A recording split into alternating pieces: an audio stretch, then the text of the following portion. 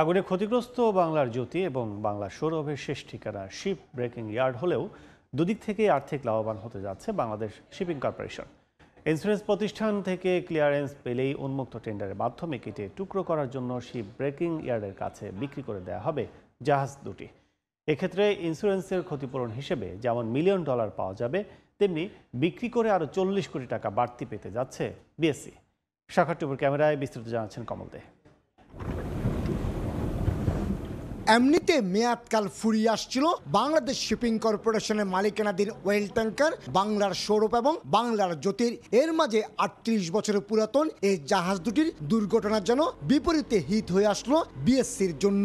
বিশেষ করে অগ্নিকাণ্ডের ক্ষতিপূরণ হিসাবে total loss, constructive total loss এবং ওপেন টেন্ডার, এই তিনটি প্রক্রিয়ার সামনে থাকলো দ্বিতীয় পন্থা বেছে নিচ্ছে শিপিং কর্পোরেশন। অর্থাৎ আগুনে ক্ষতিগ্রস্ত হলো জাহাজ দুটি পুরোপুরি ধ্বংস হয়ে যায়নি। আর তাই ইন্স্যুরেন্স থেকে যেমন ক্ষতিপূরণ পাওয়া যাবে, তেমনি ওপেন টেন্ডারে বিক্রি করা হবে শিপ ব্রেকিং ইয়ার্ডের কাছে। জাহাজ ক্ষতিগ্রস্ত হওয়ার কারণে যদি ফেজ আউট হয়, সেই সাথে বেশ কিছু সিস্টেম আছে জাহাজকে ডিসপোজ অফ করার। একটা আছে কনস্ট্রাকটিভ টোটাল লস সিস্টেম, আর একটা আছে পার্টিকুলার এভারেজ। দুইটা ইন্স্যুরেন্স কোম্পানি বেয়ার করে। আর লাস্ট অপশন যেটা আছে সেটা হচ্ছে যে ওপেন টেন্ডারের মাধ্যমে জাহাজ দুটো ডিসপোজ অফ করা। 1988 সালে তৈরি হওয়া বাংলার জ্যোতি এবং বাংলার সৌরভ জাহাজের প্রতিটির ওজন 3787 মেট্রিক টন। বর্তমানে পুরাতন জাহাজ কেনার ক্ষেত্রে ইয়ার্ড পর্যায়ে প্রতি মেট্রিক টন স্ক্র্যাপ লোহার হিসাব ধরা হয় 45 থেকে 50 হাজার টাকা। সেই হিসেবে জাহাজ দুটি বিক্রি করে অন্তত 38 থেকে 40 কোটি টাকা পেতে যাচ্ছে বিএসসি। যেসব ড্যামেজের জন্য ইন্স্যুরেন্স করা থাকে, হাল বা মেশিনারি, যেগুলির জন্য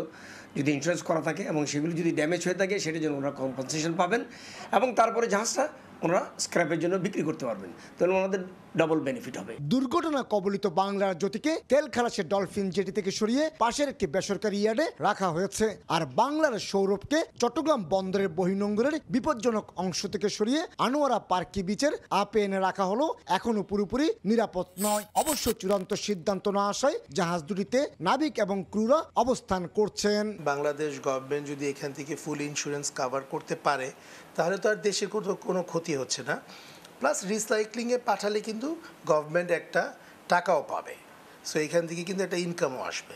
সো এটা দুই দিক দিয়ে লাভ হবে দেশের জন্য। গত 5 অক্টোবর রাতে চট্টগ্রাম বন্দরের বহির্নোঙরে তেল খালাসের সময় আগুন লেগে ক্ষতিগ্রস্ত হয় বাংলার সৌরভ জাহাজটি। তার আগে 30 সেপ্টেম্বর সকালে বন্দরের ডলফিন জেটিতে বাংলার জ্যোতি আগুনে পুড়ে গিয়েছিল।